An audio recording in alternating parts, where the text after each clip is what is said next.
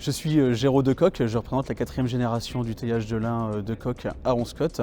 Je travaille avec mon père et mon oncle, Frédéric et Bertrand. La culture du lin dure 100 jours. Elle est semée fin mars, début avril, avant d'être arrachée. Tous les jours, il y a une nouvelle fleur qui tombe au bout de 5 heures, qui va donner les graines de lin. Bonjour, je m'appelle Frédéric Decoq, je suis la 3e génération des tailleurs de lin Decoq à Onscott. Le teillage consiste à séparer les différents composants du lin.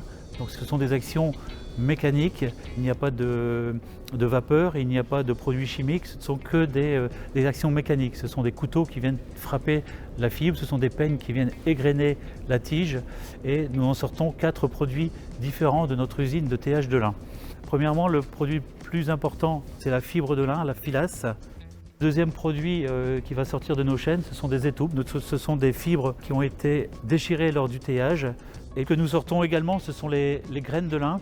Le dernier produit que l'on sort dans notre entreprise, ce sont les paillettes de lin, ce sont les anas qui servent exclusivement à la fabrication de panneaux agglomérés, de litières pour chevaux, de litières pour chats et bientôt de combustible pour chauffer différents équipements.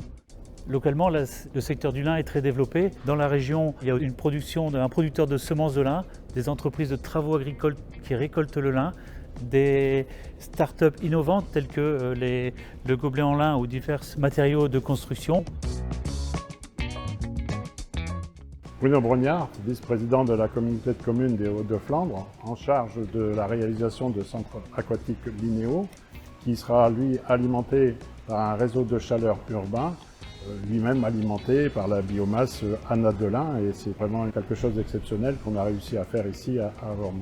La réflexion que l'on a portée au niveau des élus de la CCHF, c'était de sortir un petit peu de l'empreinte carbonée des énergies fossiles que sont l'électricité, mais surtout le gaz.